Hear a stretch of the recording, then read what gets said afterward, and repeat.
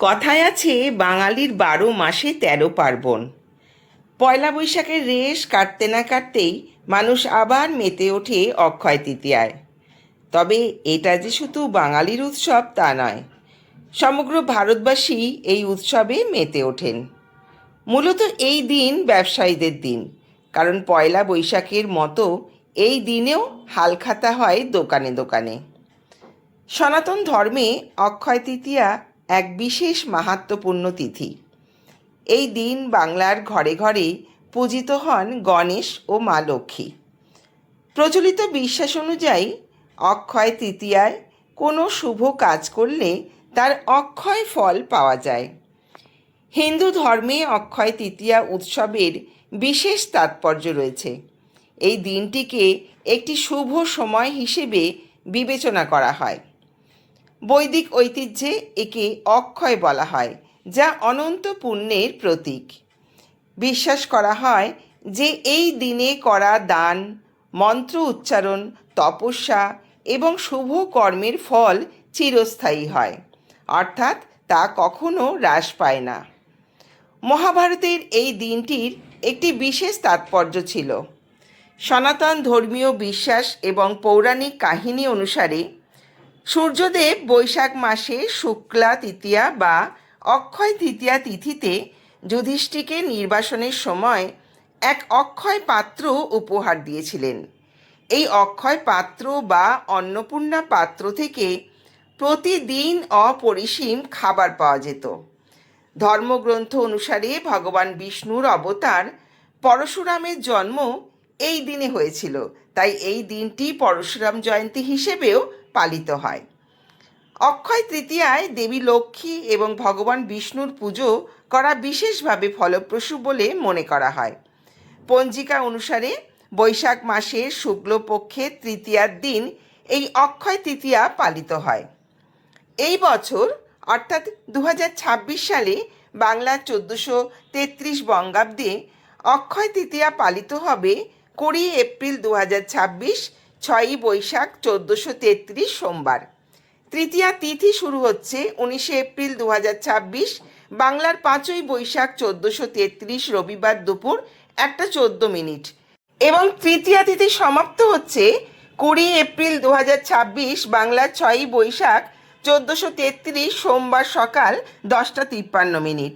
উদয়া তিথি অনুসারে 20 এপ্রিল 2026, 6ই বৈশাখ 1433 সোমবার অক্ষয় তৃতীয়া পালিত হবে। তবে অনেকেই এই দিনের শুভ সময় কখন আছে তার দিকে চেয়ে থাকেন। এই বছর শুভ সময় সোমবার 20 এপ্রিল সকাল 8:28 থেকে 10:35 মধ্যে। এই সময়ে গায়ে হলুদ, সাতভক্ষণ, আইবুড়ো ভাত খাওয়ানোর, নামকরণ, দেবতার মূর্তি তৈরি, নতুন ব্যবসা শুরু, গাড়ি ও বাড়ি কেনার মতো শুভ কাজ করা যায়। বন্ধুরা, হিন্দু শাস্ত্রে এই দিনটি অত্যন্ত গুরুত্বপূর্ণ। অক্ষয় তৃতীয়ার দিনেই মা গঙ্গা স্বর্গ থেকে পৃথিবীতে অবতরণ করেন।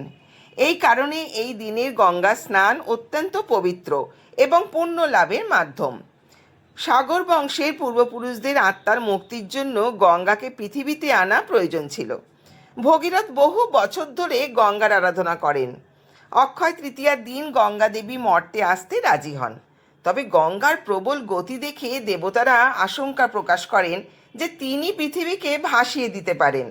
তাই ভগবান শিব তার জটায় গঙ্গাকে ধারণ করেন এবং পরে ধীরে ধীরে তাকে মুক্ত করেন, যাতে তিনি শান্তভাবে প্রবাহিত হতে পারেন।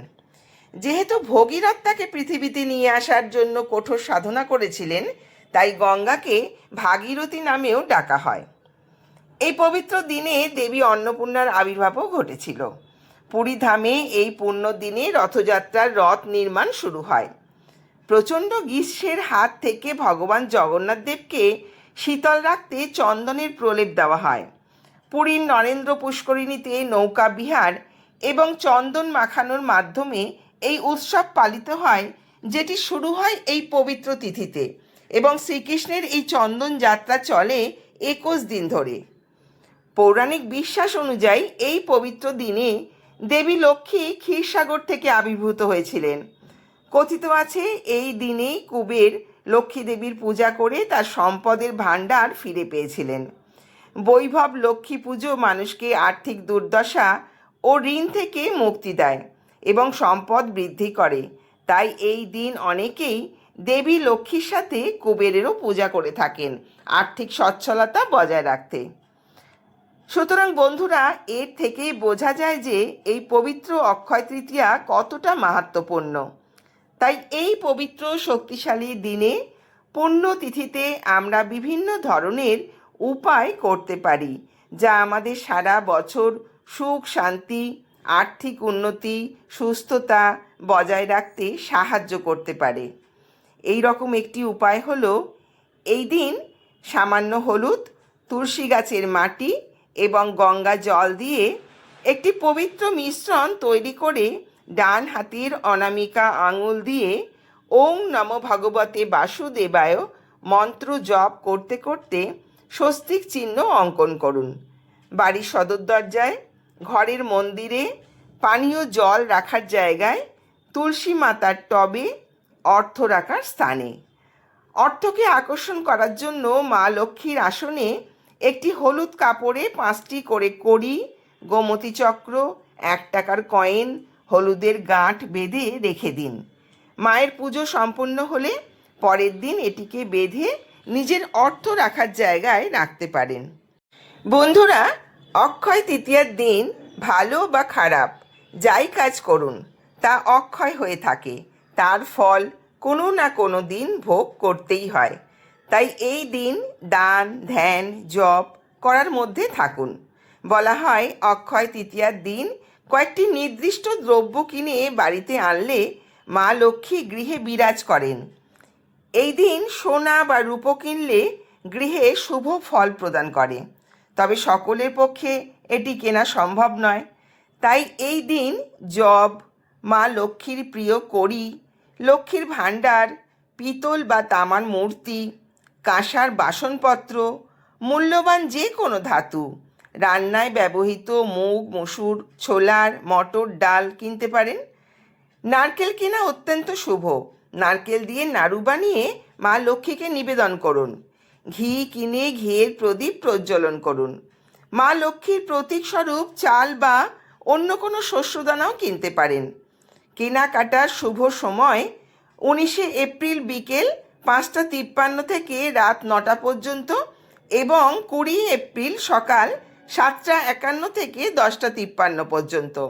তবে এই দিনে ভুলেও লোহা, স্টিল, প্লাস্টিক বা ধারালো কোনো জিনিস, ছুরি, কাঁচি, কালো রঙের বস্ত্র, যে কোনো প্রকার তামসিক বা নেশাজাতীয় দ্রব্য কিনবেন না। এই দিন নিজের সামর্থ্য মতো দারিদ্র এবং অসহায় লোকেদের দান করুন। বন্ধুরা, এই দিন অনেকেই হালখাতার পুজো করেন। এবার জেনে নেব কিভাবে হালখাতার পুজো করবেন। এই দিন একটি নতুন খাতা কিনে খাতার উপরে হলুদ ও সিঁদুর দিয়ে স্বস্তিক চিহ্ন অঙ্কন করুন। 3টে বা 5টি 1 টাকার কয়েনের ছাপ তুলুন। ওং গং গণপতাই নমঃ লাল কালিতে লিখুন। সিদ্ধি, চন্দন ও হলুদের ফোঁটা দিন। খাতাটি পুজোর স্থানে রেখে লক্ষ্মী গণেশের পুজো করুন এবং পুজো শেষে সকলের মধ্যে প্রসাদ বিতরণ করুন। পরের দিন উক্ত খাতায় ব্যবসার হিসেবপত্র লিখতে পারেন। যদি ঘরে পুজো না করেন তবে এই খাতাটি 5 রকমের ফল, মিষ্টি, ধূপ, দীপ, দক্ষিণা এবং লক্ষ্মী গণেশের মূর্তি নিয়ে স্থানীয় মন্দিরে গিয়েও পুজো দিতে পারেন। এবার জেনে নেব বাড়িতে কিভাবে লক্ষ্মী গণেশের পুজো করবেন। সর্বপ্রথমে যে জায়গাটিতে পুজো করবেন সেখানটা পরিষ্কার করুন। একটি জল চৌকিতে গঙ্গা জল ছিটিয়ে একটা কাপড় পাতুন। তার উপরে কর্পূরের গুঁড়ো, গোটা আতপ চাল ছড়িয়ে পুজোর আসন প্রস্তুত করুন। পুজোর অন্যান্য যাবতীয় উপকরণে গঙ্গা জল ছিটিয়ে দিন। আসলে মা লক্ষ্মী ও গণেশের মূর্তি, সিঁদুর ভরা গাছকৌটো, ধানের ছড়া, মায়ের জন্য আলতা, সিঁদুর, শাঁখা, পলা, নোয়া এবং হালখাতা রাখুন। ধাতব ও মূর্তি হলে পঞ্চামৃত ও গঙ্গা জল দিয়ে অভিষেক করুন। মূর্তি মাটির অথবা চিত্রপটে পুজো করলে একটি কাপড়ে সামান্য জল, অগরু, গোলাপ জল দিয়ে প্রতিমা মুছে ফেলুন। স্নান সম্পন্ন হলে বস্ত্র হিসেবে মৌলি সুতো নিবেদন করুন। শ্রী গণেশকে পৈতে নিবেদন করুন। মা লক্ষ্মী ও গণেশকে ডান দিকে চাঁদমালা নিবেদন করুন। সিঁদুর, চন্দন ও হলুদ দিয়ে তিলক পরান দেবতা এবং তাদের বাহনকে। ঘট স্থাপন করুন। জয় শ্রী গণেশ এবং জয় মা লক্ষ্মী এই মন্ত্র বলে ফুল মালা নিবেদন করুন। 7টি করে দূর্বা একসাথে নিয়ে গণেশের 2 কাঁধে ও মাথায় নিবেদন করুন। প্রণাম করে ভগবান শ্রী গণেশ এবং মা লক্ষ্মীকে পূজায় আবাহন করুন। নৈবেদ্য নিবেদন করুন, আরতি করুন এবং সর্বশেষে পুজোর ভুল ত্রুটি ক্ষমা প্রার্থনা করে প্রণাম জানান। এইভাবে সাধারণ পদ্ধতির মাধ্যমে মা লক্ষ্মী ও শ্রী গণেশের পুজো সম্পন্ন করতে পারেন। বন্ধুরা, অক্ষয় তৃতীয়ার দিন দানের বিশেষ মাহাত্ম্য আছে। এই দিনে অর্জিত পুণ্য সারা জীবনের জন্য অক্ষয় থেকে যায়। তাই এই দিন কোন কোন জিনিস দান করলে কি পুণ্য লাভ করা যায় তা জেনে নেওয়া যাক। অক্ষয় তৃতীয়ার দিন বস্ত্র দান করলে সুখ সমৃদ্ধি বৃদ্ধি পায়। জল বা জল ভর্তি মাটির কলসি দান করলে পাপ দূর হয়, পুণ্য লাভ হয়। এই দিন অন্ন দানে দরিদ্র কষ্ট দূর হয়। আসন দান করলে আরামের জীবন লাভ হয় এবং মানসিক শান্তি আসে। ধর্মগ্রন্থ দান করলে জ্ঞান ও মোক্ষ লাভ হয়। তিল দানে পিতৃদোষ দূর হয়। ঘি দান করলে সুখ সমৃদ্ধি বৃদ্ধি পায়। বিদ্যা দান করলে দেবী সরস্বতীর আশীর্বাদ পাওয়া যায়। জব দানে সোনা দানের সমান পুণ্য অর্জিত হয় বলে মনে করা হয়। এতে জীবনের অভাব দূর হয়। বস্ত্র বা জুতো দান করলে আয়ু বৃদ্ধি পায়। ফল, গুড় দান করলে স্বাস্থ্য ভালো থাকে। তাই যে কোনো একটি জিনিস এই দিন দান করে নিজের জীবনে অক্ষয় সুখ প্রাপ্ত হন। বন্ধুরা, এই ছিল আজকের অক্ষয় তৃতীয়া সম্বন্ধীয় একটি ভিডিওটি আপনাদের সমৃদ্ধ করলে কমেন্টে জানাবেন এবং পরিচিতদের মধ্যে শেয়ার করে তাদেরও শোনার সুযোগ করে দেবেন। ভালো লাগলে চ্যানেলটিকে সাবস্ক্রাইব করে পাশে থাকবেন। সবাই সুস্থ থাকবেন, ভালো থাকবেন। ধন্যবাদ।